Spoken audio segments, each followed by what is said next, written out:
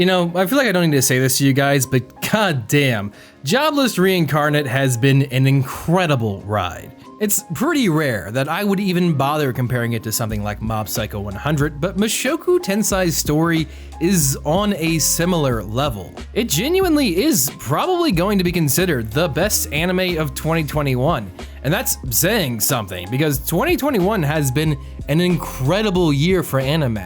Nevertheless, despite the show excelling in multiple areas like art style, character development, and comedy, today I really want to focus on world building. Because just last week, we finally got a huge new development in the form of a new character that has been hinted at for quite some time now, the Dragon King.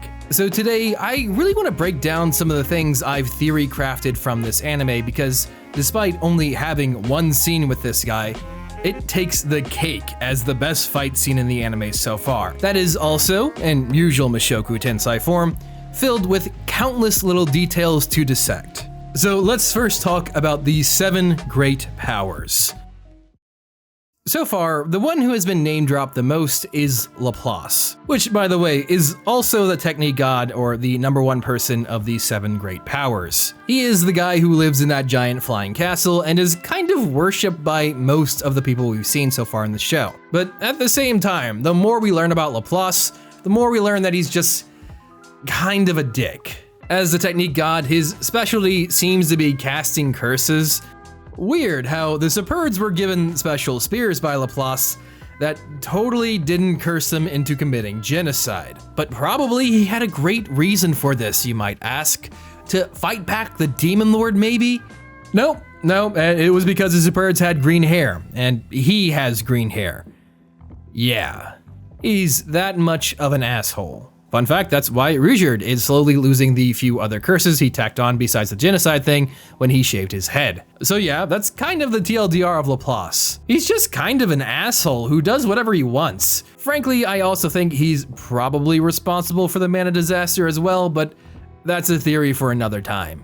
The reason why we needed to establish Laplace before we talked about the Dragon God is because they are deeply tied together. The Dragon God's name is Orsted, and he's actually technically the strongest living being in the world, even stronger than Laplace, but Laplace obviously cursed him a ton to weaken him enough to where he was technically weaker. So the first and most obvious curse Orsted has placed on him is the Fear Curse.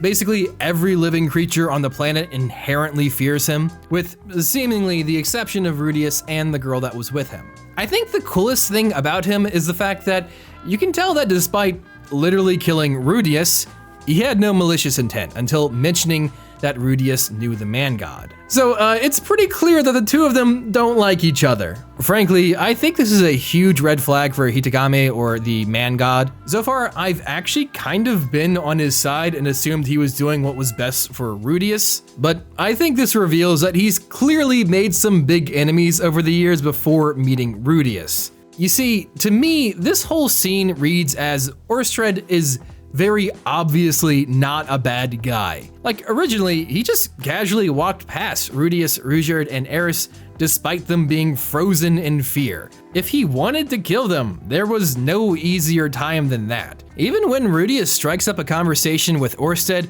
despite being initially caught off guard, it seems as though Orsted is willing to give what little help he can without hostility, or casually telling him the truth about the mana disaster despite clearly knowing the answer. It's only after Orsted asks about Hitagami and Rudius tells him that they are friends that he instantly turns and goes for the kill. Not only that, but after killing Rudius, the girl in the mask says something and Orsted reluctantly saves Rudius's life. It's very clear to me that this is the first sign that the man god, or Hitagami, is probably evil and Orsted is most likely the good guy. I mean, it fits with this theme of the show and would make perfect sense.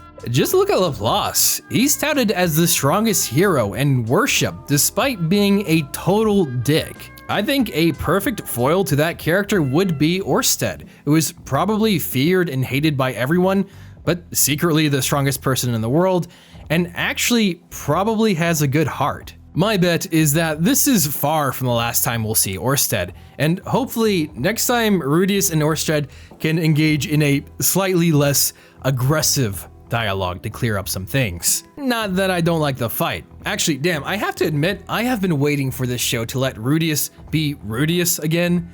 It's been so long since we got to see Rudeus fight seriously and just flex how powerful he is, even if he loses. The sound design, the art, and just how hyped that fight is was fantastic. I love how simplistic the fights are, but also how good they are at showing the different scales of how powerful some of the people in this world are. That moment when Rudeus is going full bore and actually cracks the Dragon God's shield, and you see that moment where Orsted's just like, wait, holy shit, this kid's actually kind of nuts. I know it's simplistic, but I love small things like that. Either way, let me know if you guys agree with me or not, and let me know about some of your own theories down in the comments, because there's just so much to explore with this character.